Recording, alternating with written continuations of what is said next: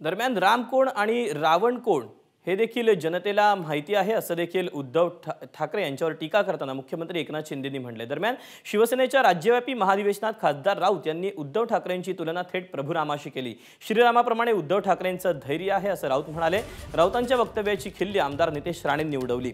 उद्धव ठाकरे 10 तोंडी रावण आहेत असं आमदार नितेश राणेंनी म्हटलं।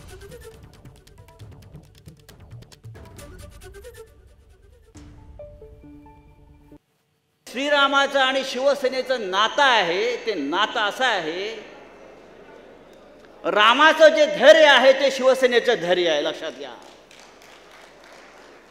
रामाचं जे शौर्य आहे ते शिवसेनेचं शौर्य आहे आणि रामाचा जो संयम आहे तो उद्धव ठाकरेंचा संयम आहे, उद्धव ठाकरेंचा संयम आहे। रावणाला 10 तोंडी रावणाला राम बोलवणं हे मुळामध्ये संजय राजाराम राऊतला ते कळत नसेल, कारण का त्यांनी जवळ जाऊन थोडं उद्धव ठाकरेला पाहिलं तर परत एकदा सांगतो 10 तोंडी रावणच आहे। एबीपी माझा, उघडा डोळे बघा नीट।